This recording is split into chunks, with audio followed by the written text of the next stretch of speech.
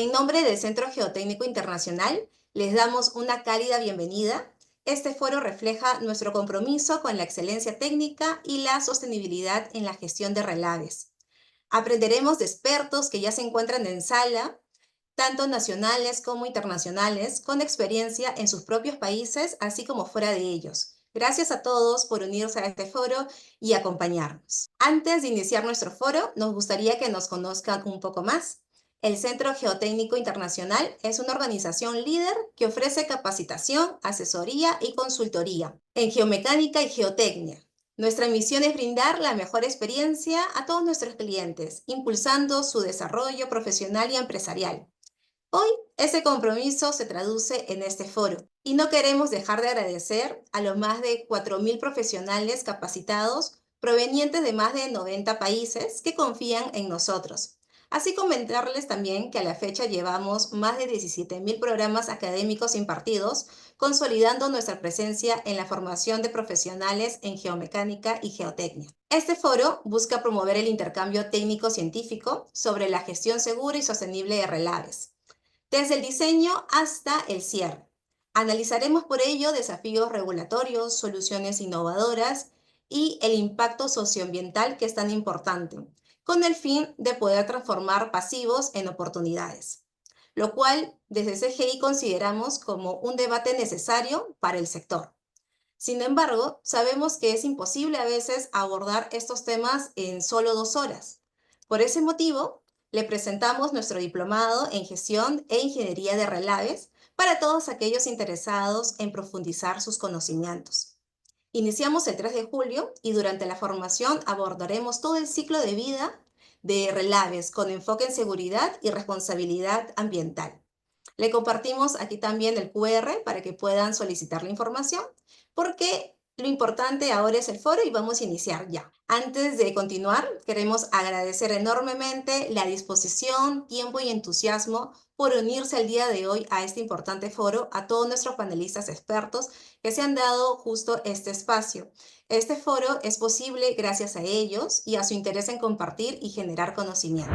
Para empezar con la presentación de nuestro panel de expertos, tenemos el privilegio de contar con el ingeniero Luis Paredes Acevedo desde Chile.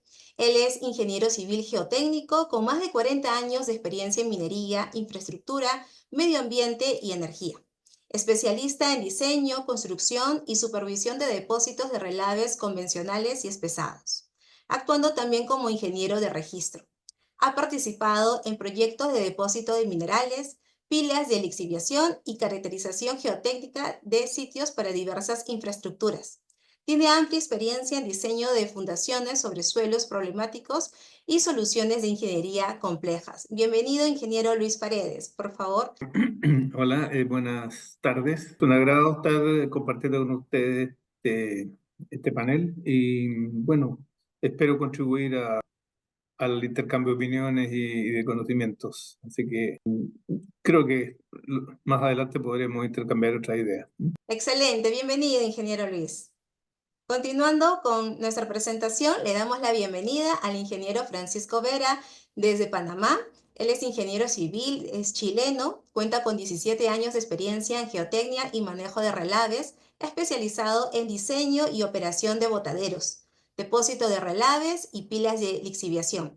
Es superintendente de relaves en Cobre Panamá, liderando la operación técnica de su instalación. Tiene experiencia en consultoría y operación, incluyendo estabilidad, drenaje, caracterización geotécnica, QA, QC y estándares GINT. Ha representado a la industria y publicado en seminarios internacionales. Es un honor que hoy nos pueda acompañar. Bienvenido, ingeniero. Muchas gracias. Muchas gracias por la invitación. La verdad que el honor es mío. Espero que lo disfrutemos y todos aprendamos harto y por sobre todo nos conozcamos. Así que muchas Excelente, gracias. bienvenido. Gracias. Continuando, también tenemos el agrado de presentar al ingeniero Matías Marín. Él también es de Chile, es ingeniero civil con 12 años de experiencia en gestión de relaves y proyectos hidráulicos, hidrológicos, sanitarios y geotécnicos. Especializado en conducción y deposición de relaves, con participación en 7 operaciones enfocadas en control de riesgos y optimización de procesos. Tiene experiencia también integral en diseño, construcción, operación y vigilancia, así como elaboración de ingenierías de registro. Es un honor también contar con su presencia, ingeniero Matías. Hola, buenas. Muchas gracias. Al igual que los demás, espero que sea fructífero para todos.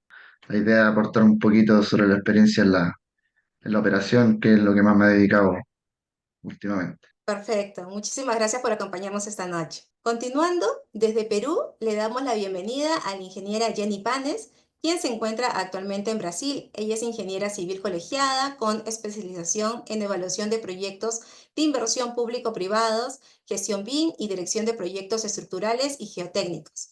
Destaca por su liderazgo, pensamiento innovador y capacidad para resolver problemas bajo presión. Actualmente se desempeña como jefe de relaves en Unidad Minera Cerro Lindo.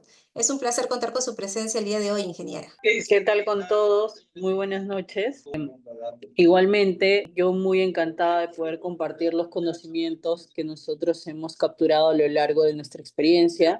Podría decir que soy especialista en lo que es disposición de relaves en seco, filtrado actualmente. Y bueno, yo encantada de poder compartir lo poco, lo mucho que hemos aprendido a lo largo de este espacio. Un gusto. Muchísimas gracias. También es un privilegio para nosotros presentar al ingeniero Jorge Rosales desde Perú.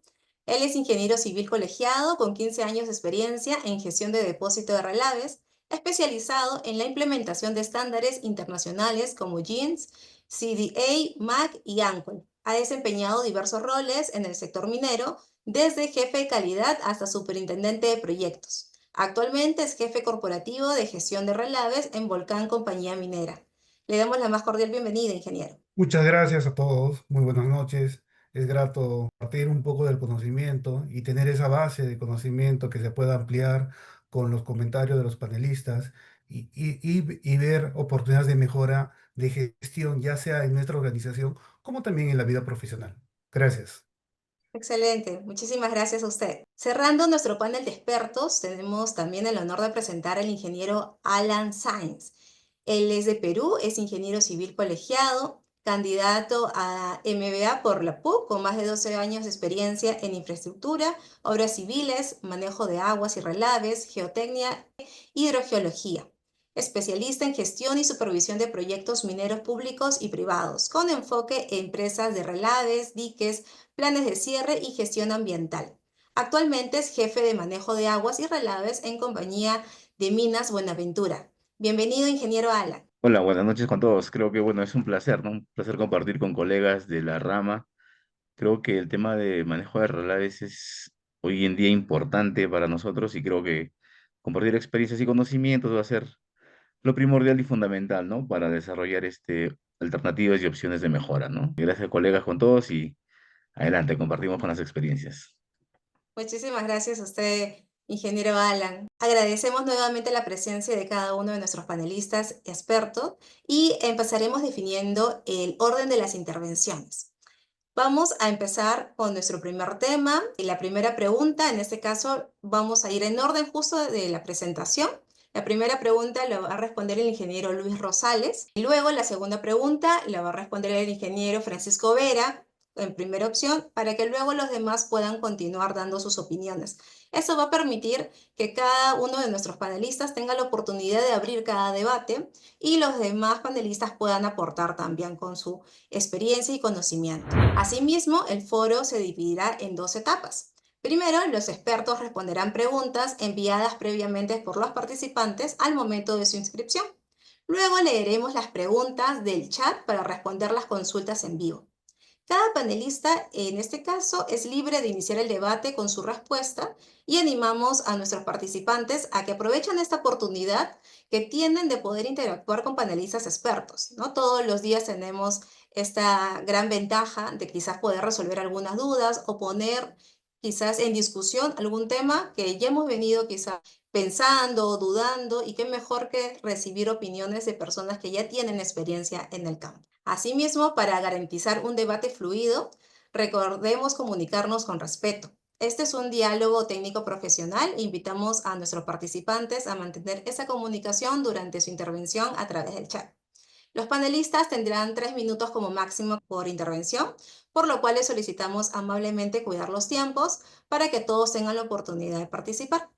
A veces puede ser que un tema nos apasione más que el otro y por ahí quizás nos excedemos en los tiempos, pero siempre es bueno poder escuchar la opinión de todos.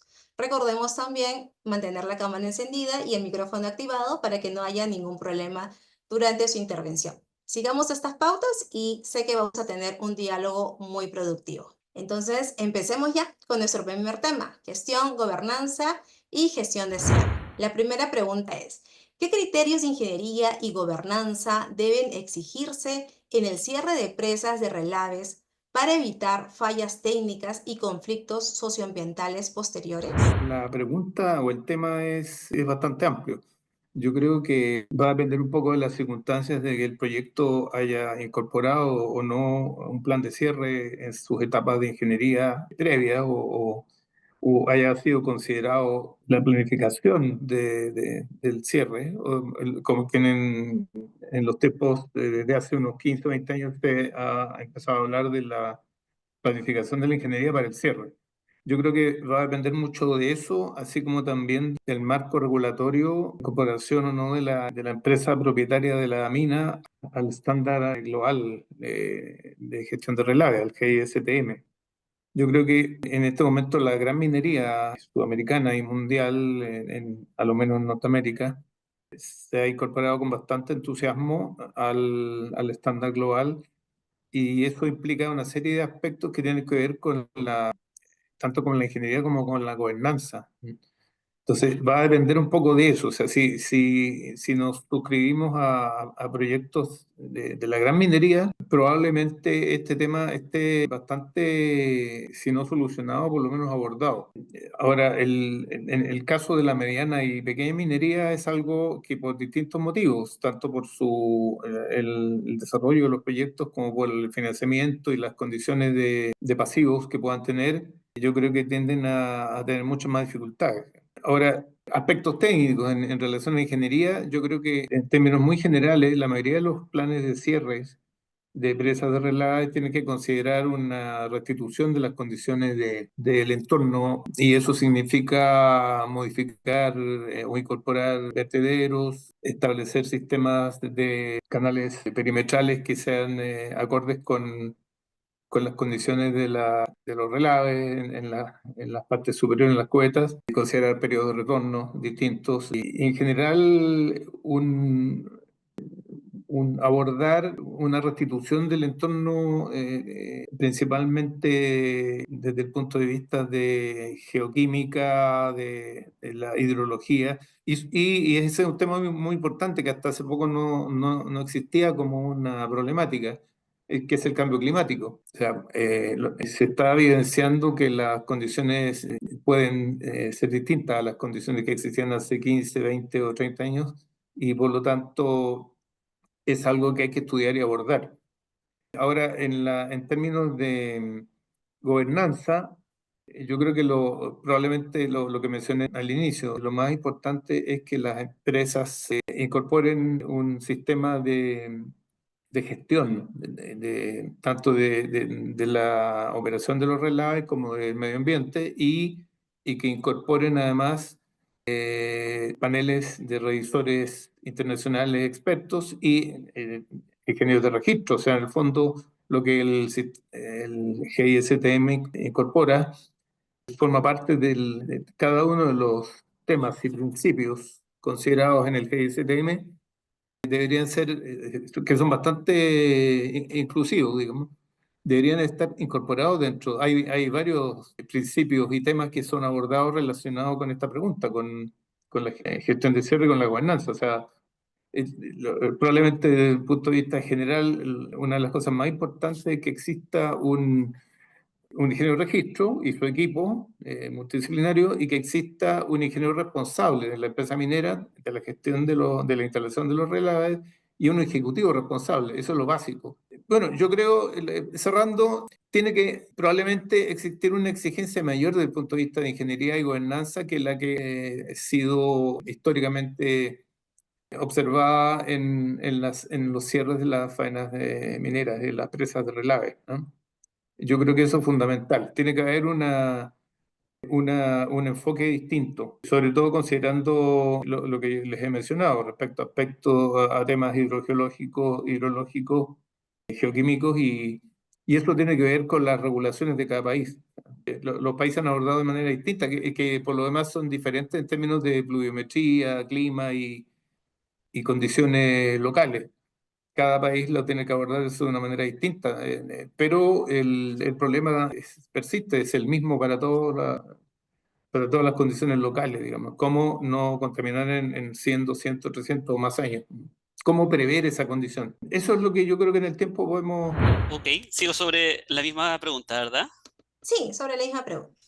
Ok, bueno, Luis dijo bastante, la verdad. Tratando de agregar algo, yo creo que acá es importante que el compromiso de cierre, básicamente, asegurar lo mismo que se asegura durante la operación, pero con una palabra que es bastante robusta a mi gusto y difícil de manejar, que es a perpetuidad. O sea, cuando hablamos de cierre, se supone que lo que tenemos que asegurar es la estabilidad física y química, que es por lo que luchamos en la operación día a día y es lo que tenemos que velar en nuestras instalaciones. Pero el tema de que se establezca el requisito de perpetuidad, yo creo que es lo que hace toda la diferencia y marca un poco la dificultad del tema. Entonces, siento que para abordar de buena manera un cierre, tiene que estar instalada esa tarea desde el inicio del ciclo de vida de las instalaciones, o sea, desde el diseño. En el diseño se tiene que conceptualizar y al igual que como lo vamos haciendo en la operación, va madurando un poco a medida que vamos recopilando antecedentes, vamos conociendo cómo se comporta la instalación, vamos viendo efectivamente cómo las condiciones del entorno van afectando esto y que, tal como dijo Luis, hoy tenemos un factor bastante complejo que es el tema del cambio climático, por lo que hace que a veces tengamos que ir ajustando a tasas mucho más exigentes que las que recibimos por diseño. Entonces, yo creo que eso es clave, que no sea algo que se aborde un poco antes del cierre, o sea, tiene que ser algo que obviamente yo creo que ya todos estamos y compartimos, podemos compartir de que tiene que abordarse desde el inicio, pero no solamente abordarse, sino que da casi para tener, no sé si un área, pero encargados especialistas que vayan recopilando la información necesaria para ir ajustando un poco las consideraciones que vienen del diseño, ajustándolas en la operación y tener una línea base que permita tanto como compañía, gobierno, stakeholder, comunidades, lo que sea, sentirnos seguros con que lo que se está haciendo en realidad apunta a lo que se busca, que es tener pasivos que sean a perpetuidad, con los riesgos totalmente controlados, ¿no? Y en términos de gobernanza, un poco alineado con la respuesta, creo que tenemos que incluir las figuras que atiendan de manera particular esto. No, yo he visto en mi experiencia que en realidad nunca está muy claro quién está a cargo del cierre, ¿no? Hay muchas veces que está justamente el área encargada de relave, que me parece que no sé si es la mejor figura, estaríamos siendo como juez y parte, a veces está la gente de ambiente, a veces está la gente de comunidades, entonces yo sé, obviamente es una tarea que sí o sí, creo que nadie tiene duda que tiene que abordarse de manera multidisciplinaria, pero pensaría que quizás habría que buscar una manera de ver quién tiene mayor impacto en el desarrollo de los proyectos de cierre y debería ser parte de la gobernanza del manejo de relaves desde el inicio de operación hasta el cierre, digamos. O sea, y lo otro es también involucrar a los stakeholders en esto, o sea, básicamente ellos pasan a ser nuestro cliente cuando hablamos de cierres. También es algo que como industria minera hemos ido madurando, pero todavía estamos muy al debe no creo que sea un tema de transparencia, sino que un tema más de trabajo conjunto y tomando algunas decisiones en conjunto con estas partes interesadas de estas tareas, que básicamente ellos es a los que les queda el problema en caso de que no sea bien abordado cuando ya la industria cierra, se va y esto queda a posteridad. Ya creo que desde el punto de vista preventivo está muy bien abordado. Hay harta buena práctica internacional también. Bueno, entiendo que después vamos a hablar un poco sobre la legislación de cada uno de los países, pero creo que hay tres puntos importantes dentro de la pregunta, por lo menos que creo que es bueno ahondar. Lo primero es que la gobernanza, según las buenas prácticas que hoy en día tenemos que han dado algunos buenos resultados, hay una gobernanza mínima. Y bien la dijo Luis, hay una ingeniería de registro, hay ciertos profesionales que tienen que estar 100% inmiscuidos para poder dar cumplimiento al, al estándar global, ¿ya? Pero sí, qué tan robusto es cada área es lo que siempre nos tenemos que llevar a preguntarnos.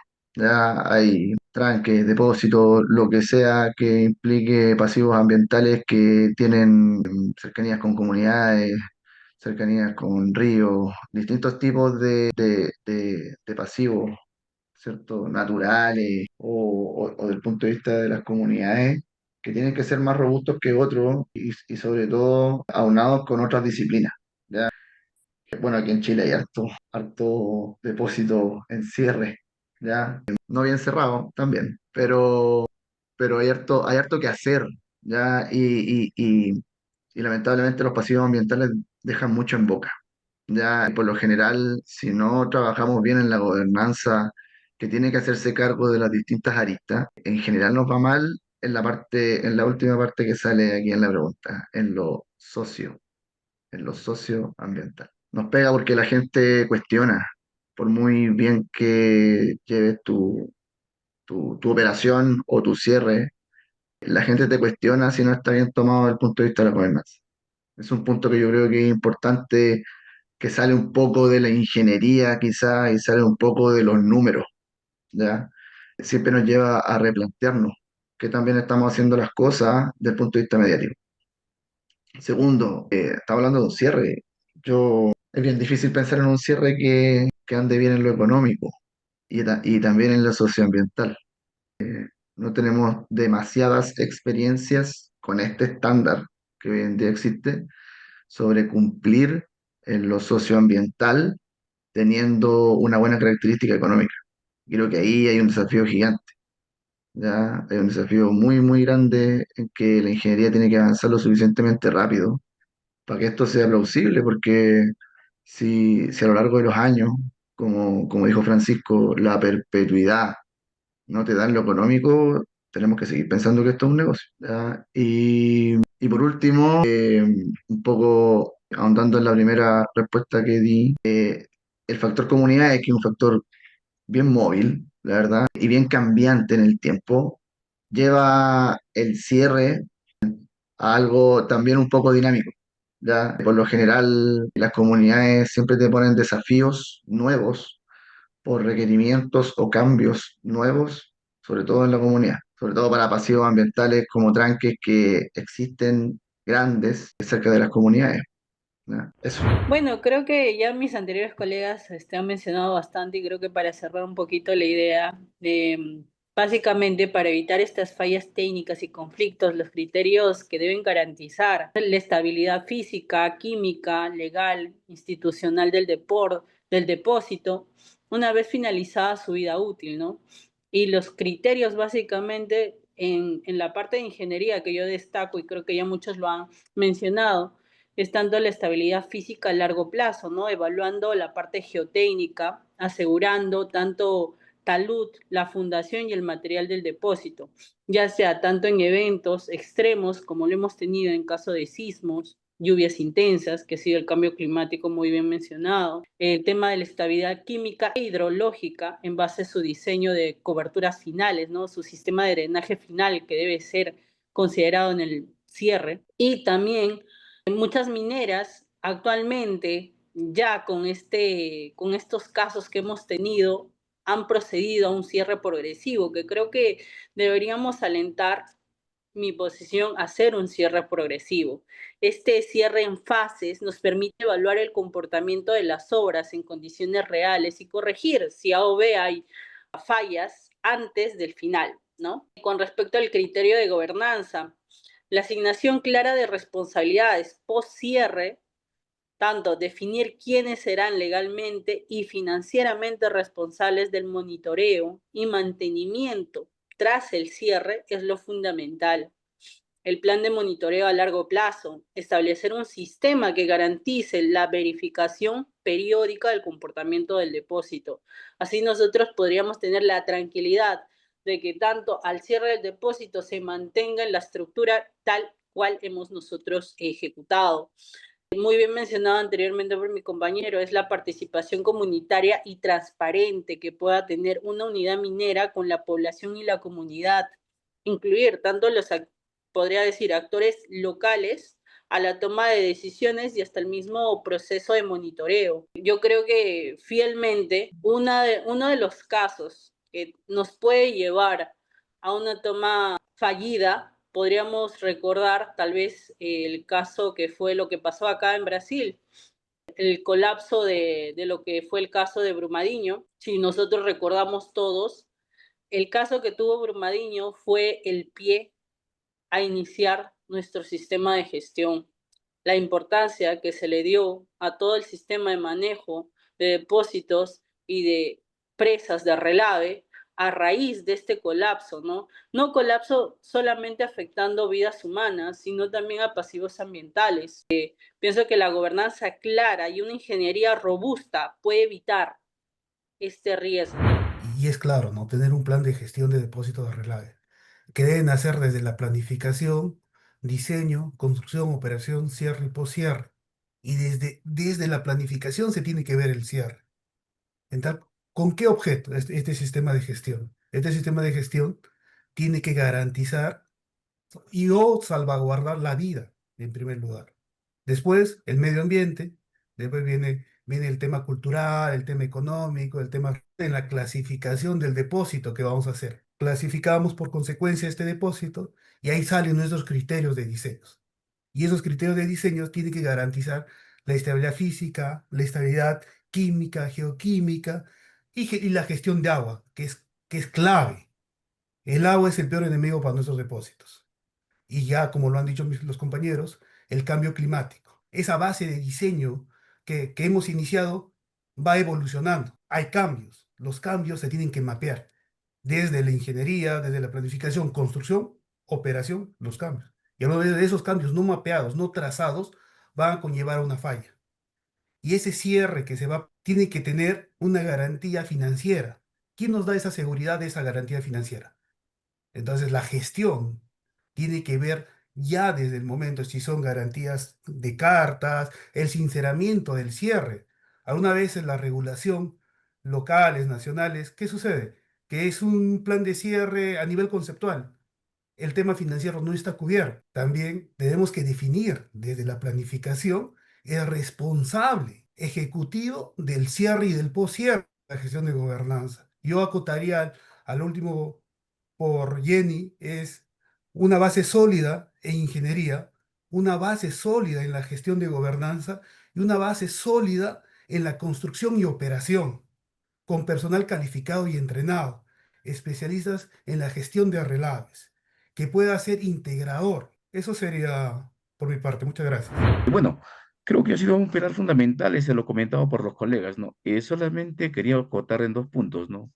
Respecto a la ingeniería, creo que es fundamental porque nosotros para partir un proceso de manejo de relaves, partimos por la ingeniería y ahí entran a tallar los criterios, ¿no? Sabemos que son consultoras especializadas que desarrollan estos tipos de ingenierías, pero para nuestro caso y para muchas mineras, digamos, es fundamental definir bien, ¿no?, el parámetro de la ingeniería y esto asociado a un LOM, ¿no? Al LOM del mineral, al LOM del tratamiento, ¿no? Ya que eso nos determina a aplicar un criterio de ingeniería según su vida útil, ¿no? Tenemos una vida útil, bueno, de 10, 15 a 20 años. Entonces, esto asocia a que la ingeniería sea fundamental, ¿no? Porque nosotros trabajamos justo con ingenierías de uno de los diques y tener una buena ingeniería en estabilidad física y química es lo favorable, ¿no? Lo otro también es el control del manejo de aguas y también asociado esto con el plan de revegetación, ¿no? Si bien es cierto, esto también como lo podemos ver, ¿no? Y observar, también es un punto de mitigación entre los controles y las fallas que se puedan tener, ¿no? Por otro lado, también comentaban sobre la gobernanza, y creo que la gobernanza hoy en día ya está entrando a tallar con más fuerza, porque muchos no eran responsables del control del depósito, ¿no? de acá a 5 o 6 años atrás, muchas unidades acá en Perú no tenían ese buen manejo de un depósito, dejaban una presa que opere solo, ¿no? Ya sea por overflow, underflow o varios procesos y metodologías, ¿no? Incluso de rellenos en pasta o relaves filtrados, procesos de control, ¿no? Sabemos que esta gobernanza hoy en día ya nos lleva a cumplir un marco normativo o alguna exigencia, ¿no? Incluso tener exigencias como la CDA, el GISTM, ¿no? Son gestiones en las que nosotros podemos hoy en día adecuar y adaptar un poco la normativa que tenemos, ¿no? Y asignar esas exigencias que tenemos, ¿no? Porque pasan casos que hacemos un cierre de minas y si no hay un buen control durante el proceso de la operación, que no llegamos a ser sostenible este proceso, ¿no? Aquí también hemos tenido experiencias en el que ya desarrollamos monitoreos post cierre, ¿no? La normativa nos piden hacer monitoreos de 5 años, ¿no? Acá en Perú son 5 años de post cierre. Entonces eso asocia que ya asignemos, ¿no? Un equipo de gestión ambiental en el que contamos ahora, ¿no? En el que ya puede hacer los monitoreos post cierre. Y como lo escuché de antes, ¿no? Por un colega en el que, claro, no podemos ser juez y parte también, ¿no? Entonces ya creo que la gobernanza ha entrado con más, más input y creo que eso va a ser válido, ¿no? Válido para un buen manejo y control de presas, ¿no? Bueno, y eso básicamente va a ser mitigar los conflictos socioambientales que se va a tener más adelante, pues, ¿no? Ya post cierre de minas. Respecto a la segunda pregunta es, ¿qué estándares internacionales considera que son más efectivos para garantizar una gestión segura de relaves desde la operación hasta el cierre? Bueno, yo creo que indudablemente en este minuto el Global Standard es la guía que, aparte de ser más reciente, digamos, ha tratado de establecer los lineamientos que vienen desde el inicio del ciclo de vida de las instalaciones hasta el cierre, por lo que lo hace más integral, pero por otro lado, no sé, para mí es un poco como la constitución de un país que establece el marco, pero tampoco da muchos detalles de cómo hacerlo. Entonces, igualmente yo creo que hay que combinarlo, no sé, con algunas guías de recomendaciones como CDA, ANCOL, que establecen algunos criterios de diseño de operaciones un poco más detallados, pero la respuesta para mí definitiva es global estándar. Ahora, creo que hay que tener claro que estas guías son internacionales y tratan de dar una receta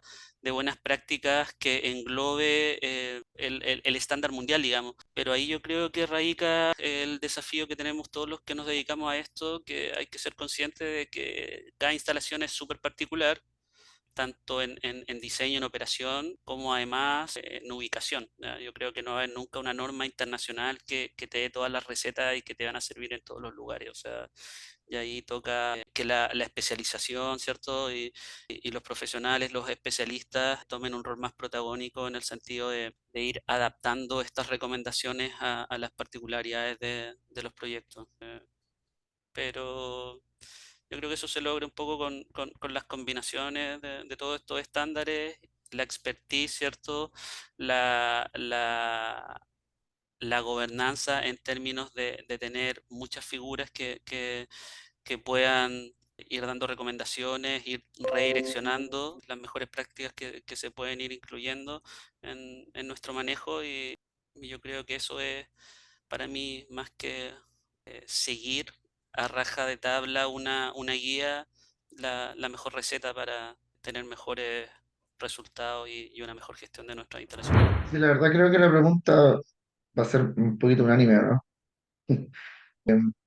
Igual que, bueno, me imagino que todos creemos que el global estándar, yo creo que hay, hay, hay una diferencia ahí. El global es más bien una guía, ¿cierto? En donde da, por así decirlo, la ruta a seguir, ¿ya? Como bien dijo Francisco, creo que hay un sinfín de recomendaciones ingenieriles para poder darle número a las cosas que el global. Una de las cosas que deja en entrever es que el número tiene que salir de nosotros, pero lo importante, creo yo, es que cómo tomamos el global, ¿ya? Cómo tomamos el estándar global. Si hablamos de una gestión segura de relave, la idea es que todos pensemos lo mismo, o sea, la idea es que todos lo interpretemos de la misma forma, ¿ya? Y creo que ahí la industria un poco ha avanzado, cada uno a su paso, unos dando la interpretación más rápida, pero quizás más errada, y otros dando una interpretación más lenta, pero un poco más segura. Entonces, la pregunta del millón es, los que están siguiendo el estándar global de relaje, ¿cómo lo están haciendo? ¿Andan bien?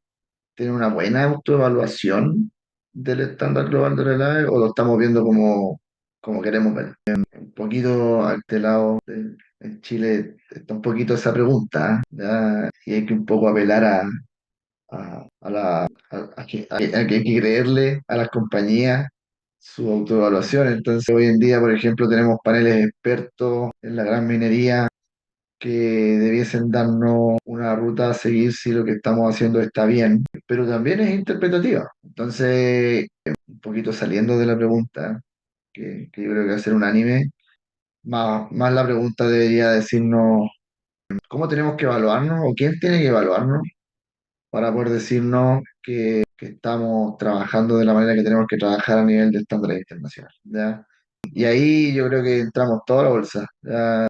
Las ingenierías de registro, los paneles expertos, las operaciones, que todos pensemos lo mismo desde el punto de vista del cumplimiento del global, creo que es lo primero que tenemos que hacer y creo que estamos en deuda, por lo menos desde el punto de vista internacional. El Global Standard, desde que se empezó a aplicar, ha significado un cambio en general en la mentalidad y un interés por tratar de cumplirlo. Eso se ha manifestado en que la mayor parte de las grandes empresas mineras internacionales han contratado a su vez auditores para que verifiquen el grado de cumplimiento, con distintos, digamos, a veces con varas un poco diferentes, pero en general, porque hay algunos temas del Global Standard que son complejos.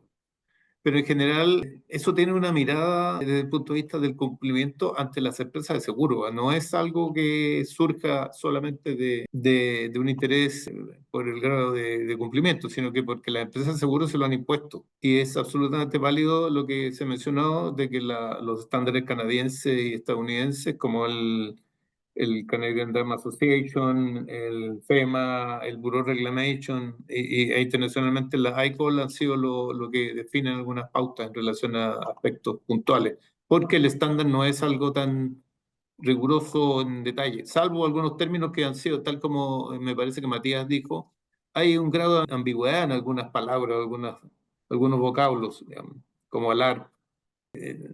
Hay una suerte de interpretación que ha dificultado un poco el verificar el cumplimiento. Pero yo creo que está claro que el estándar global es lo que se ha aplicado como estándar internacional.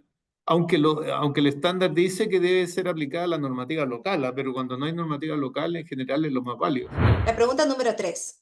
Considerando su experiencia, ¿es éticamente aceptable que las empresas solo cumplan estándares nacionales de relaves si estos son obsoletos? ¿O podríamos adoptar normas internacionales más estrictas como el GIMS, aunque no son obligatorias? Un poco controversial la pregunta, pero a ver, que está claro que deberíamos seguir como guía normas internacionales. Ya muy bien lo dijo Luis, el Global te invita a seguir normativas nacionales complementadas por el mismo GSTM. Pero, como bien dice ahí, hay normativas nacionales. En general, los países no lo tienen muy bien abordado. No sé si son obsoletos, pero por lo menos están bajo los requerimientos que deberíamos tener. El problema es que en algunas respuestas anteriores, los colegas, muy bien coincido, los países en general son muy distintos desde el punto de vista natural y también desde el punto de vista social. Los estándares obviamente van a ser distintos en cada uno de los países y por eso recién hablé sobre el entendimiento del GISTM. La idea es que todos los países tratemos de entenderlo de la misma forma, tratar de achicar esas ambigüedades que nos da un poco estos párrafos un poco más, más generales del global y aterrizarlo a la tierra donde estamos. ¿cierto? A los problemas comunitarios que existen, a los problemas de cambio climático que existen, ¿cierto? La minería está en torno, pero tiene condiciones distintas en cada uno de los países donde se desarrolla. Y creo que eso es importantísimo desde el punto de vista de generar los estándares, porque siento que no es responsable seguir un estándar internacional sin considerar el área chica, la parte local. ¿Ya? Entonces, por un lado, creo que el JSTM es nuestra guía global, como lo dije recién, pero nuestros estándares nacionales, decretos, lo que sea que existan, tienen que evolucionar para hacer cumplir ese global estándar y mostrar la mirada nacional de cada uno de los países. Sí, estoy de acuerdo con lo indicado por Martín, que se debe adaptar. Yo lo considero al GISTM como una guía muy parecida, no en teoría, sino parecida al PMBOK, que tiene que ser específico para cada depósito, para cada industria, de acuerdo a la cultura, al sitio de emplazamiento, al tema de precipitación, de sismo. Es decir, si nosotros adaptamos un sistema de gestión basado en una guía buena, va a variar algunas cosas por externos o internos de nuestro depósito y también debería estar alineado a nuestra normativa. Con esos dos sumando, qué deberíamos tener como una entrega? Prácticas responsables y de alto nivel. Que vamos a diseñar, que estamos operando, deben ser robustas y seguras. Debe tener un plan de respuesta a emergencia. La estructura se debe gestionar eficientemente. Ahí entra bastante la gestión de cambio, control y seguimiento en tiempo real, es la instrumentación que tenemos, nuestras inspecciones y el sistema de gobernanza, ¿no? Y ese es clave para toda gestión, no solo para la gestión minera, ¿no? Está la estructura del cliente, más los revisores internos y también los stakeholders, como ya lo han comentado, que también ahí interviene el Estado. Entonces, esa sinergia hace que esta gestión sea eficiente, pero el nivel de implementación es bien variado en la gran minería, en la pequeña minería o en la artesanal, donde el grado de fallo o las causas, los modos de falla son más predecibles, pero el desconocimiento de estas buenas prácticas hace que sucedan esos eventos que no son mapeados, ¿no? Eso sería por mi parte. Creo que básicamente desde un punto ético y sostenible sí se debería adaptar, ¿no? Y ser aceptable cumplir estos estándares. Ya que, por ejemplo, el caso de Brumadinho, por ejemplo, Brumadinho en el 2019 menciona, ¿no? Y haciendo un análisis geotécnico mencionaron que han aplicado sus normativas nacionales, ¿no? Entonces, a raíz de eso, hoy en día vemos que recrecimientos de dique aguas arriba versus aguas abajo, ya los recrecimiento aguas arriba ya no son una buena práctica, ¿no? Y esas normas nacionales que usaron en Brumadinho, bueno, ¿no? Les pasó factura en su momento. Ese típico ejemplo creo que nos lleva a reflexionar y a ver de que podemos ser expertos en diseños, pero sí tener copias o adaptar normativas internacionales como el GSTM, creo que es, más allá de ser obligatorios, deberían ser buenas prácticas, ¿no? Porque hoy en día también acá en Perú, ¿no? Ya venimos adoptando estas buenas prácticas, ¿no? Y creo que la gobernanza es un pilar fundamental. Bueno, 6, 7 años atrás que estuve viendo manejo de relaves, no entraba a tallar un ingeniero de registro, ¿no? El típico EOR. Creo que los ingenieros de registro, a raíz de esos descuidos o digamos de ese un poco de seguimiento y asesoramiento durante una etapa de operación de una presa, este es fundamental, ¿no? Y también la gobernanza, ¿no? La gobernanza con los encargados responsables. Muchos, cuando tenemos algún incidente o algún tema de eventos, vemos de que muchos apelamos a la normativa, ¿no? Mi normativa me pide un estándar o un parámetro X, pero al decir evadir responsabilidades, muchos decimos, oye, pero en mi directiva y en mi estándar nacional solamente me menciona esto, ¿no? Por ejemplo, considerar un borde libre de 1 metro, pero para otros casos de precipitaciones máximas probables, en la CDA nos mandan, pues, no, 3 metros de borde libre. Entonces creo que esas buenas prácticas hacen de que nosotros tengamos un buen control y bueno, ¿no? Asegurar una buena salida, una buena operación y creo que, en mi punto de vista, y creo que todos coincidimos en que sí es, más allá de ser obligatorio, es fundamental, ¿no? Adoptar estos temas de estándares internacionales, ¿no? Sí, a mí me gustaría recordar algo que dijo el colega Jorge Rosales, y que tiene mucha importancia, que es la base del conocimiento. O sea, en muchos proyectos, sobre todo estamos hablando de proyectos de cierre, gestión del cierre, en muchos proyectos, por consideraciones de la época en que se dimensionaron o se hizo la ingeniería, el registro, por ejemplo, defina o dentro de sus actividades tenga el informe de bases de diseño, que es muy importante, que no es lo mismo que los criterios de diseño de los ingenieros consultores. Esto es un documento que recopila toda la información, porque eso va a permitir saber si existe toda la información o en el caso que no sea así, que se pueda hacer una campaña de exploración o de complemento de lo que se consideró en su momento.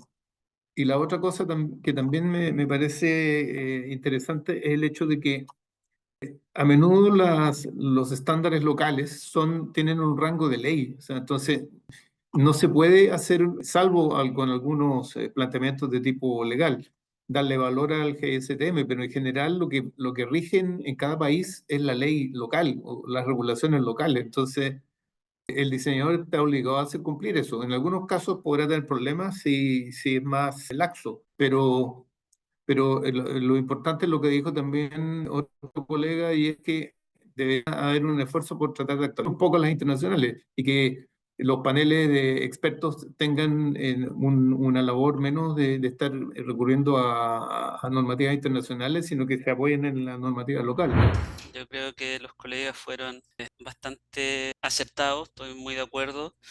Ahora, no sé, la respuesta para mí claramente es no, no es éticamente aceptable quedarse con una normativa que tenga requerimientos menores a las normas establecidas y básicamente porque yo creo que lo que está sucediendo o lo que ha venido sucediendo desde Mount Poly en la falla de Mount Poly en adelante es que obviamente se ha ido entendiendo de que estas instalaciones son las instalaciones con mayor riesgo en la compañía minera. Entonces, hacer una buena gestión no es ni un favor ni nada. O sea, si lo vemos en términos de negocio, es básicamente ser responsable con el negocio, entendiendo de que si es que nos relajamos en cualquier aspecto de diseño, operación o en algún punto del ciclo de vida, el impacto que puede tener esto es nefasto. O sea, es cosa de ver Brumadinho, que casi remeció a Vale, que es la compañía minera del podio a nivel mundial, una de las más grandes, y la remeció. O sea,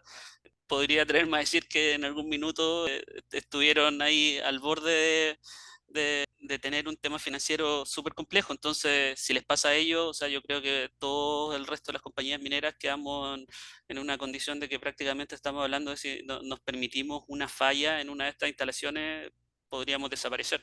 Entonces, en esa línea, en este minuto yo creo que estamos en el inicio del ciclo de hacer más exigentes los requerimientos para las instalaciones. Así que relajar los criterios, yo pienso que es un súper mal negocio, porque va a pasar lo que les pasó a muchas compañías, que incluso adoptar el Global Standard fue súper costoso, súper complejo, y tal como dijo Matías, nos vimos obligados a tomar atajos para poder cumplirlos, porque si no, no se podía cumplir, digamos.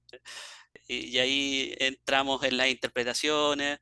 Entonces, más que autoengañarnos en cumplir, digamos, lo más fácil para nosotros, hay que entender que las exigencias van a ir aumentando. Entonces, tomar el camino fácil hoy, yo creo que es pan para hoy día y hambre para mañana. En algún minuto va a ser inevitable eh, subirse al carro en donde las exigencias van subiendo. Y entre más nos resistamos a eso, el cambio va a ser más duro cuando realmente caiga la exigencia. Entonces, para mí no es ni éticamente aceptable y en términos de gestión y en términos del negocio también muy mal negocio no cumplirlo. Deberíamos en este minuto subirnos al carro de las exigencias más, o sea, de las exigencias que nos establecen el mayor estándar. ¿eh? porque insisto, yo creo que esto va, es el inicio solamente. Van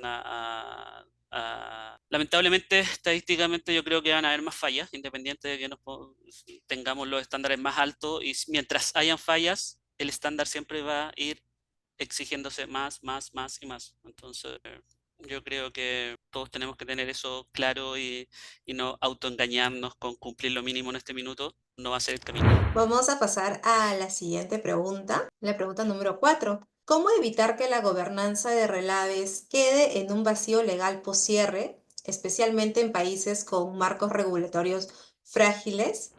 Ok, gracias. ¿Cómo evitar que la gobernanza de relaves quede en un vacío legal post-cierre, especialmente en países con menos regulación frágiles? Ahí es un tema bien complicado porque va a depender bastante de la empresa minera, ¿no? ¿Qué tan seria es con su responsabilidad social ambiental? En tal sentido, si es una empresa seria y es consciente del riesgo catastrófico que podría suceder, va a tener implementado un sistema de gestión. Y en ese sistema de gestión tiene que estar el funcionario responsable del post-cierre para que designe los recursos necesarios para evitar esto, ¿no? Evitar esos vacíos, que no se cuente con dinero, que no se tenga una ingeniería de detalle a cierre real, con los cambios identificados, con los parámetros geotécnicos reales, con la debida salida a campo de la caracterización geotécnica de ese depósito, porque una mala caracterización, una mala planificación, una mala ingeniería conlleva mayormente a ese modo de falla catastrófico que tenemos. Y el cambio es menos, o sea, te genera menor inversión en la planificación que en el cierre. Entonces la industria y el sector minero y nuestros estándares de gestión de relaves ya ve el cierre y el post-cierre desde la planificación, ya prevé eso, más con un análisis de riesgo, ya sea el FMA, ya sea el Bond Time o el que tenga implementado como cultura la empresa, identifique y debe gestionarse. Y el otro paso es que la tarea del Estado, ¿no? La pólvora ya está descubierta en el argot más criollo. Entonces, ahí también es el papel importante del Estado de actualizar la normativa y y poder regularla y poder hacer las fiscalizaciones correspondientes. ¿Para qué? Para evitar y o salvaguardar daño al medio ambiente y después lo que nos ha pasado, ¿no? Ya ha habido eventos, yo creo que en cada país ha habido dimensiones grandes y pequeñas, pero sí se han dado. Las grandes salen a nivel nacional, a nivel internacional, por la prensa y todo lo demás, pero fallos ocurre a cualquier momento, pequeños, que pueden gatear un mayor daño, pero eso queda oculto, ¿no? Es como en el tema de la seguridad, eventos, sucesos y al final sale un mortal, pero antes que suceda el mortal, si vemos la trazabilidad, eso ha avisado. Eso sería por mi parte. Bueno, sí, acotando lo que menciona Jorge, creo que lo que básicamente en este punto es asociar a varios aspectos, ¿no? Bueno, uno sería, por ejemplo, establecer responsabilidad legal. Creo que es un pilar en que al establecer una responsabilidad legal post cierre, creo que la empresa o el titular minero va a estar asociado a un cumplimiento legal, ¿no? Y esto va a asociar a que también ellos, bajo un criterio una etapa de post cierre, y ya van a tener asegurado, ¿no? O sea, asegurado ese control ya sea 10, 20 a 30 años, ¿no? Según la concesión minera. También otro punto que podría también aplicarse sería un mecanismo de financiamiento sostenibles. Creo que algunas unidades mineras deberían tener, ¿no? Deberían tener o asegurar esos fondos, porque hoy en día, como todos sabemos, una unidad minera más está enfocada en su nivel operativo, ¿no? El nivel operativo es dedicarnos a la construcción o parte de la operación y ya, pues, ¿no? Y cosa que tenemos, tener un buffer, o digamos un fondo de cierre, creo que muchos no planeamos eso, ¿no? Por ejemplo, les comento acá en Uchuchacua, en Buenaventura, acá en Perú, tenemos una unidad minera que ya está en proceso de cierre, son 75 años, y tenemos un proceso de cierre, ¿no? Y basándonos a un plan de cierre, un costo asociado de un CAPEX que nos determina 20 millones y 20 millones proyectarte, ¿no? Antes de la operación, muchos no lo hacemos, ¿no? Entonces creo que también asocia eso, ¿no? Que también tengamos fondos para un tema de cierre. También podría verse también con tema de monitoreos, ¿no? Creo que también en los monitoreos es fundamental regular el tema de los monitoreos para que el responsable de la gestión del Relaves también tenga en agenda, ¿no? Parte de los stakeholders que se menciona, ver, ¿no? Ver cómo hacer un proceso de cierre y asegurar una buena operación post cierre. Y también, como ya lo vemos, ¿no? Aparte de la gobernanza, tenemos un control de vigilancia. Creo que la vigilancia también va a asociar a que todos cumplamos, ¿no? Cumplamos parte de las normativas legales y ya, pues, ¿no? Con eso garantizar buenos cierres y ya, pues, no evitar, como ya hemos visto, desastres y, bueno, cualquier tema de fallas a nivel operativo, ¿no? Que eso al final de cuentas, en una unidad minera nos pasa factura con las pérdidas de proceso, ¿no? Una pérdida de proceso que tengamos por esas eventualidades o esas no consideraciones en un poscierre hacen de que no tengamos una buena utilidad y la inversión también o la utilidad no sea rentable en cada unidad, pues, ¿no? Eso básicamente. En realidad, a mí me gustaría, o sea, estoy completamente de acuerdo con lo que han planteado los colegas, pero hay dos aspectos que me parece que pueden surgir dentro del ciclo de vida de algunos depósitos de relave. Uno es que el cierre se postergue, que es lo que en mi experiencia me ha tocado ver bastante últimamente, que es el que descubren, la empresa minera cambia sus intenciones y decide que no va a continuar con el cierre o que va a modificarlo y va a seguir explotando una parte del yacimiento. Y eso tiene consecuencias que cambian completamente un proyecto. La otra cosa es que se está dando mucho también la utilización de depósitos de relave in pit o en el open pit, en el rajo o en el Tajo, depende del país. Entonces, eso cambia también las condiciones porque los open pit han sido diseñados para condiciones de explotación minero y no para condiciones de depositación de relaves. Entonces, hay una situación un poco distinta. Y si a eso le añadimos que muchas de las empresas mineras están tendiendo a tecnologías que son de desaguado, que ya no son necesariamente convencionales, ni siquiera es pesado, sino que están yendo a filtrado, a pasta o a tecnologías más singulares.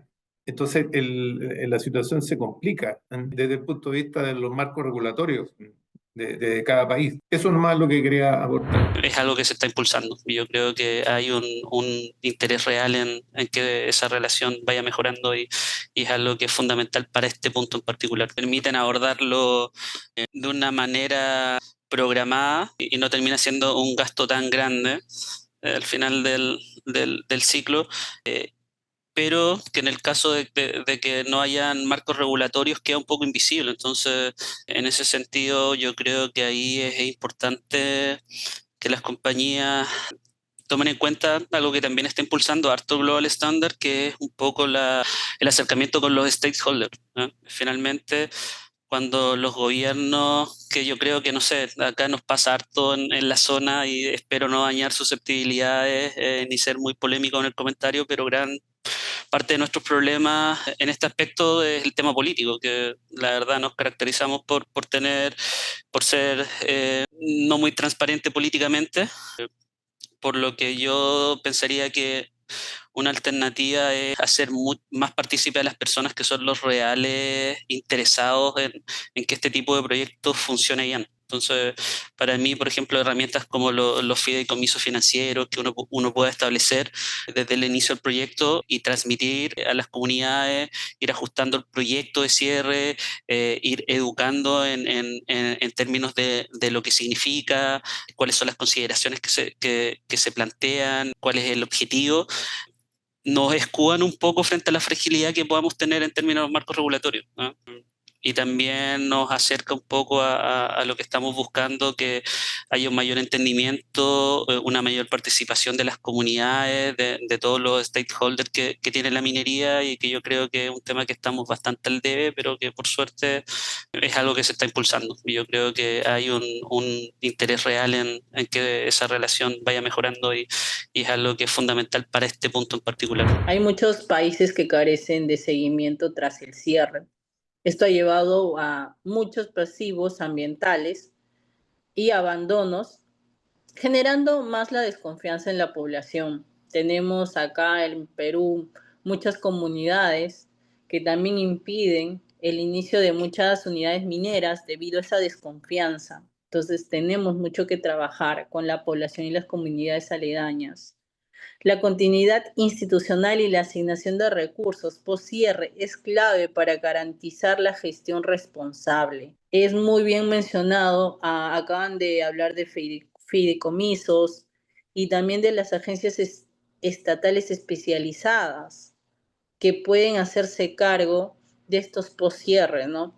Ahí, bueno, ahí tenemos a tres colegas de Chile y lo bueno que tiene la división de Chile justamente es que se subdivide, ¿no? Cierre y post-cierre de Cernageomín, que justamente fiscaliza el post-cierre, no solo el cierre. El cierre lo ve otra entidad y el post-cierre otra entidad, ¿no? Que garantice justamente que sea sostenible. Gracias. Les doy también las gracias a todo el panel de expertos. Hemos culminado nuestro primer tema de gestión, gobernanza y gestión del cierre. Vamos a pasar ahora a nuestro segundo tema, que es impacto social y ambiental, que de una u otra manera también ya lo hemos ido abordando en el primer tema. Y sí, les pediría por favor ser un poco más concisos para poder participar todos. Entonces vamos a empezar con la primera pregunta. ¿Qué metodologías permiten evaluar el impacto acumulativo de los relaves activos e inactivos en la salud de ecosistemas y comunidades? Le doy el pase al ingeniero Alan, por favor. No, creo que la metodología fundamental es aplicar el tema de salud, ¿no? Creo que salud y el tema impacto ambiental hoy en día es crítico para todos, ¿no? Y sabemos que cualquier alteración, cualquier generación de residuos que tengamos, para este caso los relaves, va a asociar a tener una trazabilidad, ¿no? Creo que la trazabilidad va a ser buscar escenarios, ¿no? Buscar un escenario de cuál impacto podamos generar dentro de un área geográfica. Tanto va a ser aguas arriba como aguas abajo. Y esto nos van a ayudar a que nosotros podamos tener un buen estudio de impacto ambiental, ¿no? Creo que, y también ellas, ¿no? Los estudios de impacto ambiental son fundamentales ya que estos nos van a ayudar a tomar líneas base, una línea base de cómo está antes de ser explotado y post explotación el componente minero, ¿no? Y esto nos lleva a nosotros tener adecuar estudios que son estudios de riesgo ambiental, como muchos conocemos, y esto nos asocia de que nosotros podamos poner parámetros y controles, ¿no? Y esta metodología va a asociarnos a que en etapas de operación, cierre y post-cierre y cierre, creo que va a llevarnos a un buen control, ¿no?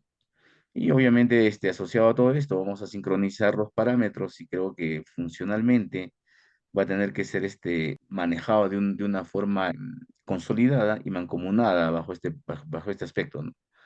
Y también el otro punto de metodológico también es trabajar bastante con la comunidad, ¿no? Creo que hoy en día el monitoreo participativo es un enfoque comunitario que nos ayuda a llegar, ¿no? Ayuda a llegar a la población, ayuda a llegar a cómo ver, trabajar en estrategias y métodos para poder minimizar, ¿no? Y bajar los riesgos sociales que se puedan presentar en el momento, pues, ¿no?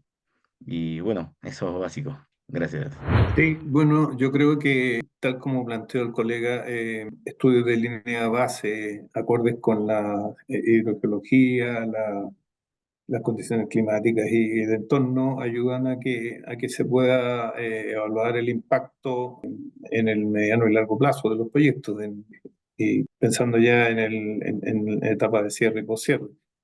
Ahora, creo que hay algunas, desde el punto de vista de eh, monitoreo e instrumentación, hay avances tecnológicos que han permitido que, por ejemplo, se tenga el acceso a más información en tiempo real, de que las comunidades estén, por ejemplo, monitoreando ellos mismos, tal como lo mencionó recién el colega, que sean participativas en términos de, por ejemplo, ver el efecto de la polución, el polvo en suspensión, mediante sistemas de medición que las mismas mineras incorporan y lo hacen para que las comunidades aguas abajo o en la zona de del impacto de los vientos lo puedan ver. Lo mismo pasa con las aguas subterráneas o superficiales.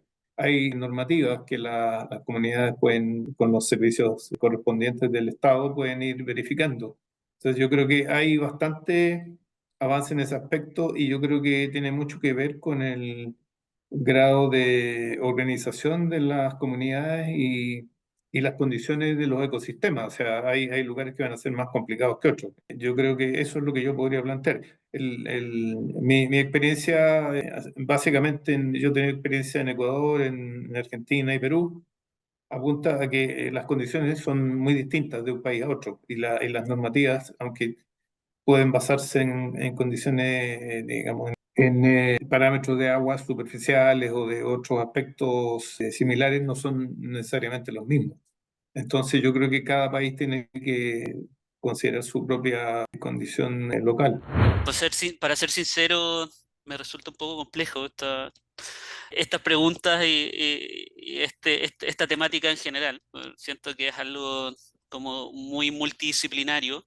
La verdad que escapa un poco de, de mi expertise, así que nada, voy a tratar de aportar ahí desde el sentido común y lo general, pero en esa línea estoy como bastante de acuerdo y me parece que Luis tocó un punto clave, que esto es súper particular de cada área geográfica y también muy dependiente, también es muy particular del foco cultural en donde estemos. Obviamente hay sectores comunitarios, por ejemplo, indígenas, que son mucho más sensibles y sensitivos a algunos cambios que se puedan generar y algunos impactos que podamos tener con la industria, ¿verdad?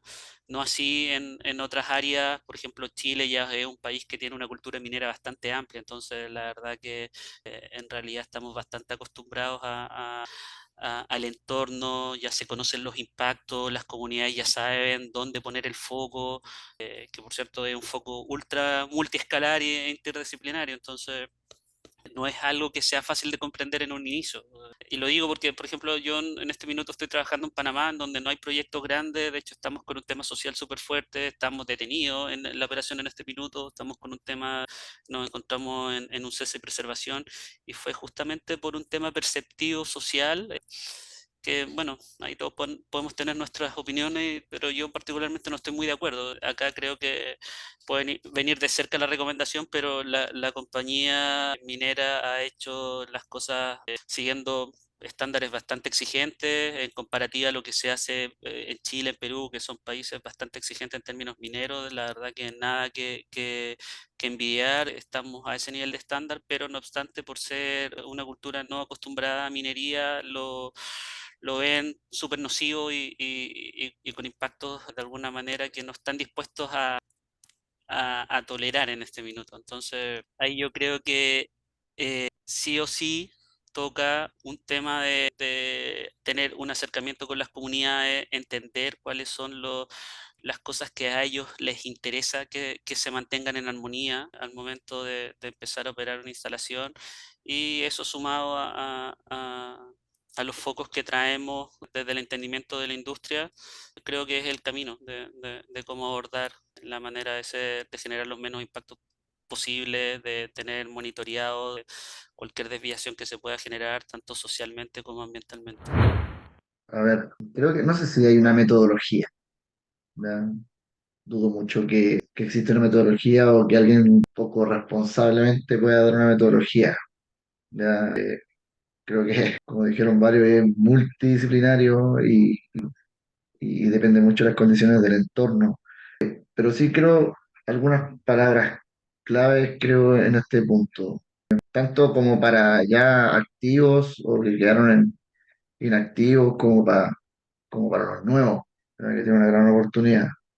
Desde el punto de vista de los proyectos o de las subsanaciones que tenemos que hacer a depósito, el hecho variabilidad, de la variabilidad de las condiciones que provocan la salud del ecosistema o la variabilidad de las comunidades o el entorno social, creo que es muy importante de evaluar. Creo que hay que abrirse un poco al mapa de posibilidades que podamos tener en variabilidad en esos puntos.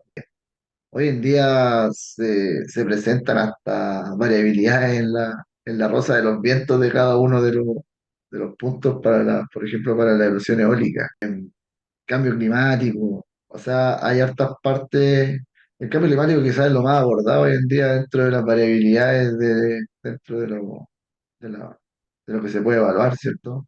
Pero, por ejemplo, no sé, evaluar el día de mañana, aquí nunca estuvo en Chile un estallido social que impactó a las mineras totalmente, tanto también a los tanques de relave. Entonces, la invitación es un poco a expandir un poco el mapa en la variabilidad de las alternativas a evaluar para poder tener un- una mejor conclusión. Pienso que evaluar el impacto acumulativo requiere ir más allá de un análisis individual. Creo que se deben de usar unos enfoques multidisciplinarios, tanto fuentes de impacto, tiempos de exposición y la integración entre los factores sociales, ambientales y de salud. Pienso que las principales metodologías es la evaluación de impactos acumulativos del CIA, bueno, que nos permite y requiere tanto identificar todos los proyectos, ¿no? Actuales, pasados y futuros, que impactan tanto en el misma área y analizar cómo sus efectos se suman e interactúan. Este enfoque nos permite tanto ver el proyecto, que es obligatorio, su financiamiento internacional, ¿no?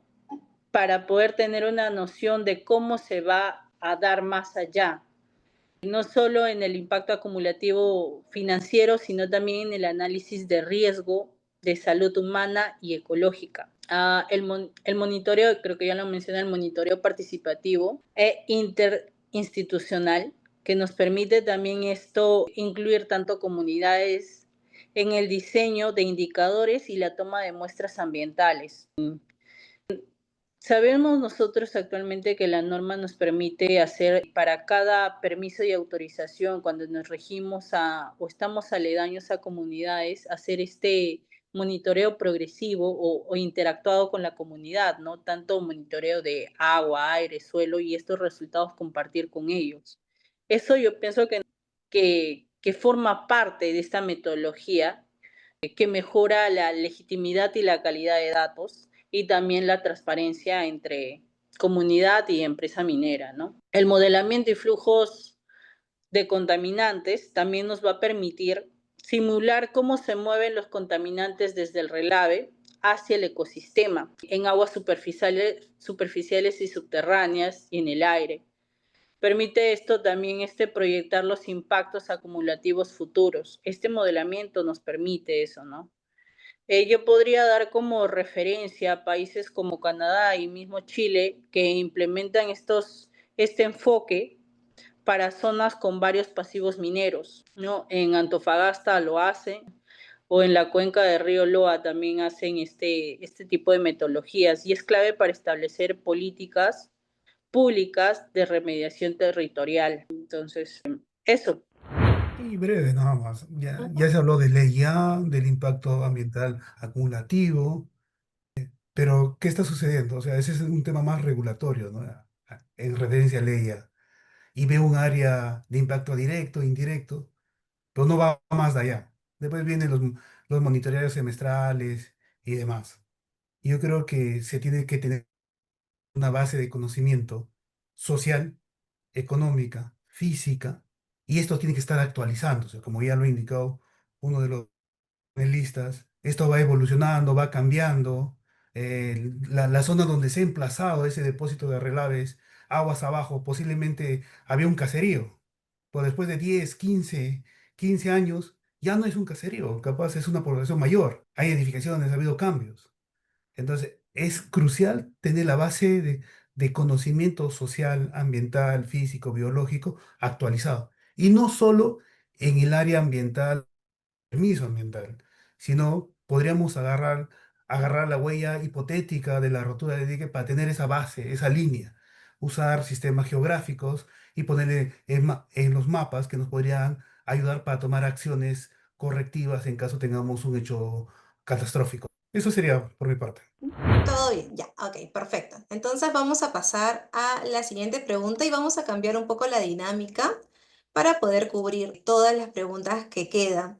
En este caso, invito libremente a uno de nuestros panelistas para que pueda iniciar de repente a aquel experto o ingeniero que quizás considera o le ha movido quizás un poquito más esa pregunta, le ha parecido quizás interesante para que pueda empezar este debate, por favor. Bueno, yo desearía hacer algunos comentarios. No soy especialista en el tema ambiental, pero sí en este sentido de cómo se puede medir el daño socioambiental acumulado de los relaves en un territorio. Entiendo que debe delimitarse más, y vuelvo a repetir, ¿no? Del área de influencia ante un evento catastrófico. Y estaría de acuerdo que sería la huella de inundación. Construir una línea base histórica y su trazabilidad con una actualización dependiendo, yo consideraría de 5 años. Como también medir variables ambientales que se requieran, ¿no? Ya lo ha mencionado también Jenny, para no ahondar más ahí. Aplicar la metodología de valoración de daño acumulado que usan los especialistas, ¿no? Y toda esta información tiene que estar trazable para la gestión de gobernanza, para el IRB, para tomar acciones correctivas en el post-cierre, en el cierre y o operación. Pregunta número 3. ¿Cómo podemos transformar los pasivos socioambientales de los relaves en oportunidades de desarrollo local? De igual manera, invito libremente a un experto para que pueda iniciar este debate, por favor. Yo puedo mencionar algunas iniciativas que me ha tocado ver, tanto en el pasado como algunas que siguen desarrollándose, que es o sea, varios proyectos en los que he participado han utilizado un concepto que le llaman, que consiste en procesar los relaves de depósitos de relaves antiguos, e incluso algunos no tan antiguos. Estamos hablando de depósitos de relaves que datan. Creo que el primero que me tocó ver era en el año 90, 1990. Esos han sido transportados a otros emplazamientos, a otras localizaciones, los depósitos de relaves antiguos. Eso se sigue desarrollando por parte principalmente de una empresa minera grande aquí en Chile. Estamos hablando de un depósito que tenía 1.500 millones de toneladas, en el otro tenía como 2.000 millones de toneladas y ya han reducido considerablemente el tamaño de esos pasivos. Y en algunos casos también hay un proyecto en el que he tenido alguna participación, que se reprocesa el relave a través de digamos, se reprocesa y obtiene, digamos, cobre u otros minerales, otros metales en el paso de una canaleta. Una canaleta que tiene 80 kilómetros de largo y que en un punto intermedio se explota. Eso también en estos momentos se está desarrollando en varios proyectos y hay una utilización desde el punto de vista ya más socioambiental de ver otros usos para los relaves en fabricación por ejemplo, de materias primas, filler para industrias de otro tipo. O sea, reprocesarlo para fines industriales, no tanto físico-químicos, sino más bien utilizarlo como en la industria cementera, por ejemplo, o en la fabricación del hormigón. Eso es lo que he podido apreciar. Ahora, hay un tema ahí relacionado que yo creo que es importante que lo mencione, es que en algunos casos de proyectos en que me ha tocado participar, ha habido oportunidades de desarrollo local, pero el problema es un tema complejo de mencionar, es que las mineras no quieren de repente promover un desarrollo local que en algún momento se va a interrumpir y que quede o sea, que la interrupción genere más problemas sociales de los o generar expectativas en el mediano o en un plazo determinado. O sea, que una fuente de desarrollo local se interrumpa porque no se puede seguir con el proceso, porque se acabaron los relaves por algún otro motivo. Entonces, son temas que me ha tocado ver. No, yo no soy experto en el tema de sociología, digamos. He tenido experiencia en medio ambiente de muchos años, pero mi expertise máximo está en el lado del diseño y operación de depósitos relaves, pero sí me ha tocado observar ese tipo de situaciones. Eso es lo que yo podría decir. ¿Qué tal? Yo quisiera así hacer un comentario general, ¿no? Ya que han comentado lo anterior, con un caso, ¿no? Nosotros como Perú, la evidencia de un impacto socioambiental que no ha detenido límites, tanto ni fronteras de la concesión minera, ha sido el caso tanto de los proyectos claves que ha generado demandas colectivas, como el caso de Loroya en Perú, acá, y también el caso de Pasco, donde los efectos de emisión y residuos han persistido por décadas. Entonces, ya tenemos ejemplos claros que el cuidado al medio ambiente y el control de estos son sustancial no solo para el medio ambiente, sino para las comunidades y las personas aledañas. El impacto que puede tener no es en una zona o en un territorio definido cartográficamente o espacialmente, sino no tiene límites de cómo nosotros sobreponer, ¿no? Que nos permita sobreponer mapas de relave, cuerpos de agua y definir hasta cuánto vamos a nosotros impactar. Por eso es primordial medir el daño real que pueda tener socioambientalmente cualquier inicio de todo proyecto minero. Tanto, ya lo acabo de mencionar, cartográficamente y análisis espacial, indicadores de bienestar social y ambiental, los niveles de metales pesados es uno de los indicadores, la pérdida de productividad agrícola y ganadera también es uno de los ítems que nosotros debemos de medir, la percepción de riesgos y salud mental de la población aledaña o cercana al proyecto, los índices de biodiversidad y calidad de agua, y finalmente la evaluación integrada del territorio, ¿no? Esto, si nosotros tomamos conciencia de medir el nivel de daño que podemos producir, podemos evitar y tal vez manejar con mayor precaución cualquier impacto. ¿Qué lecciones les han dejado los conflictos por relaves como las protestas y o demandas para mejorar la gestión social en proyectos mineros? Abrir, como les comenté, en este minuto yo estoy trabajando en Cobre Panamá, que no sé si todos están al tanto, es una filial de Fitz Quantum Minerals, y desde noviembre de 2023, a raíz de un estallido social similar al que tuvimos en Chile el 2019, se declaró inconstitucional el contrato que permitía la extracción y procesamiento mineral del proyecto, por lo que estamos detenidos en una fase de mantenimiento y preservación de las instalaciones, pero sin operar. Entonces creo,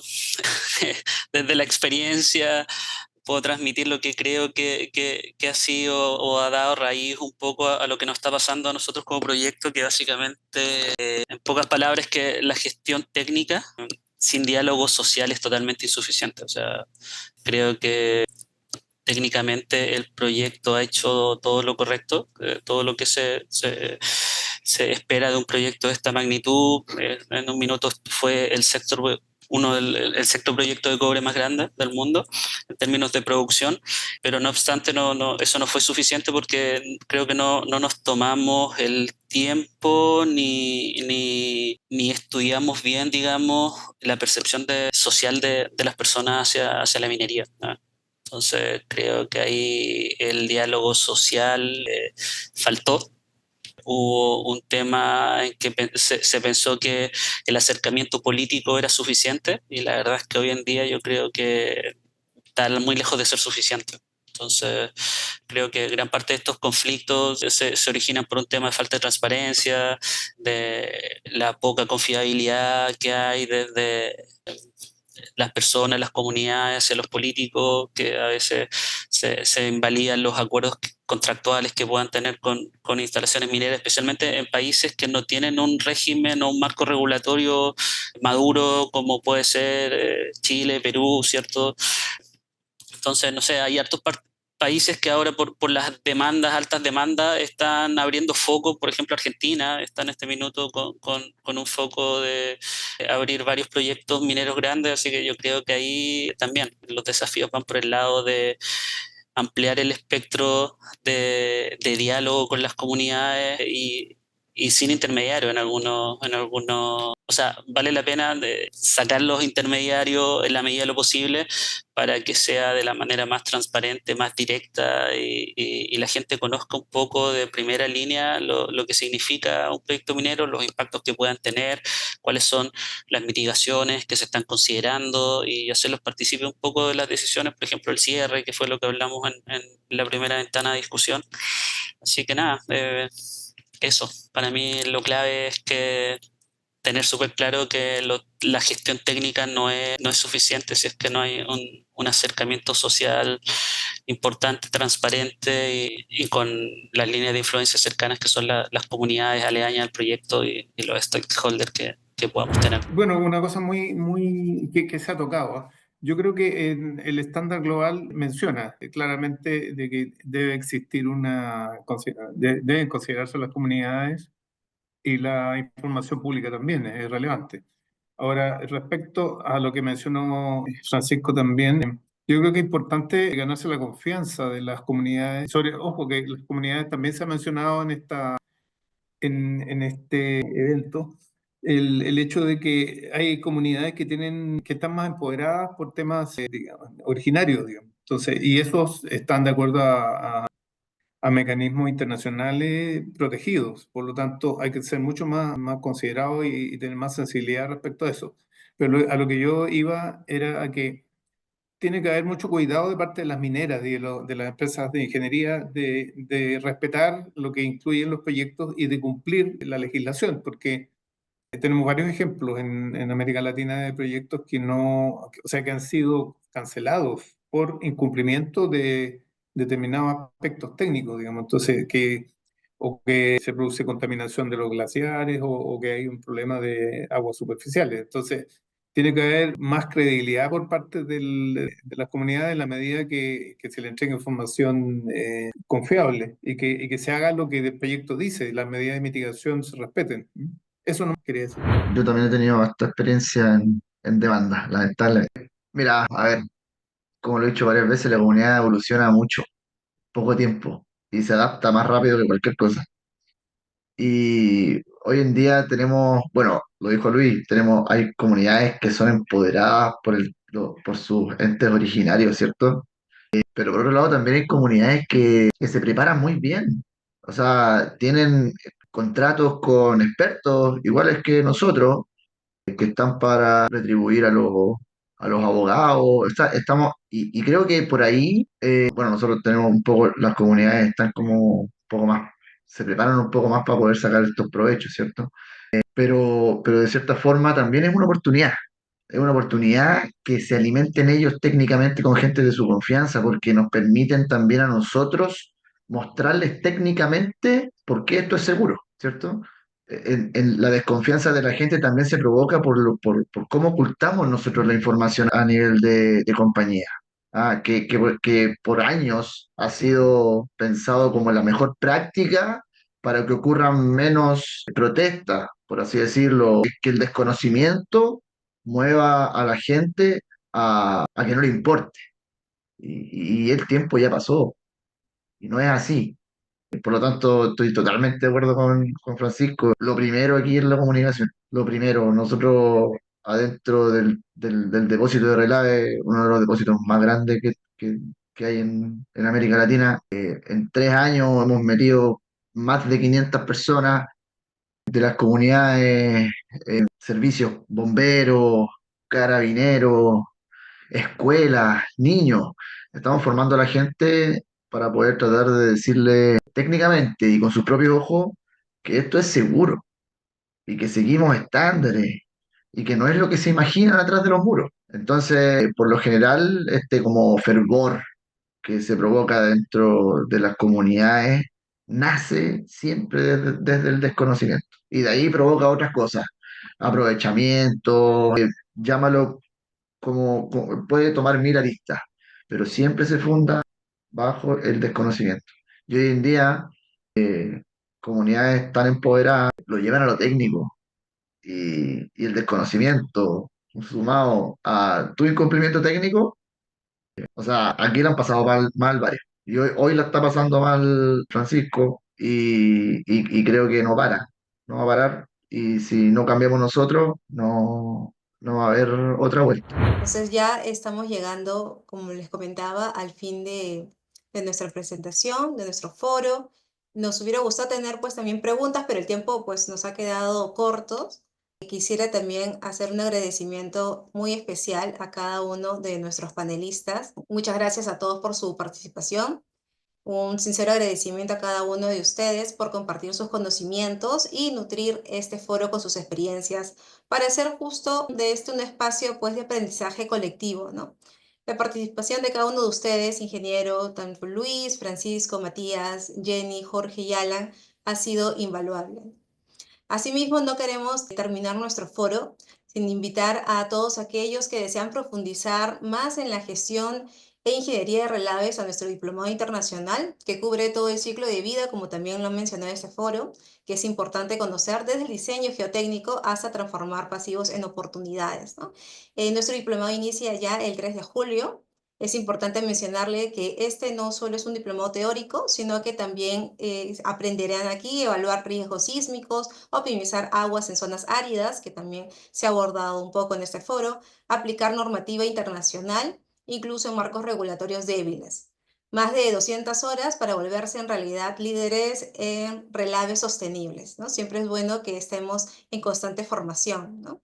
Nuestro oponente no va a ser solo un instructor, es un ingeniero geotécnico senior que ha evitado desastres con diseños resilientes y con él aprenderán pues de casos reales a través de su experiencia. Como les mencionaba, no solamente será un ponente, sino un mentor para cada uno de nuestros alumnos que vienen de distintos países, como lo mencionamos al inicio, ¿no? Este diplomado está estructurado en 8 módulos, desde el módulo 1 con conceptos básicos, como qué es un relave realmente, hasta el módulo 7 con la gobernanza post-cierre tan importante y que nos ha quedado también el tiempo corto para seguir debatiendo acerca de ello. Incluye también un módulo de proyecto donde podrán resolver algún problema que han tenido quizás en la empresa, de alguna experiencia, a través de asesoría para que puedan culminar este diplomado. Lo mejor del diplomado es que es 100% online, así como en este foro nos podemos unir desde distintos países y aprender de distintos profesionales, ¿no? Son sesiones en vivo y también van a tener el soporte del Centro Geotécnico Internacional. Si están listos de repente para ser parte de una nueva generación de expertos en relaves o si están interesados en seguir incrementando su conocimiento, pueden escribirnos a informes@centrogeotécnico.com o pueden visitar también nuestras redes sociales. Agradecemos profundamente la participación nuevamente de todos nuestros panelistas por acompañarnos hasta el cierre del evento, así como de los participantes que se han quedado hasta el final. Y nos ha servido mucho también para poder discutir y en especial considero yo llamar también a la reflexión. Sigamos trabajando y para poder seguir transformando la minería con ciencia y ética. Muchísimas gracias a todos.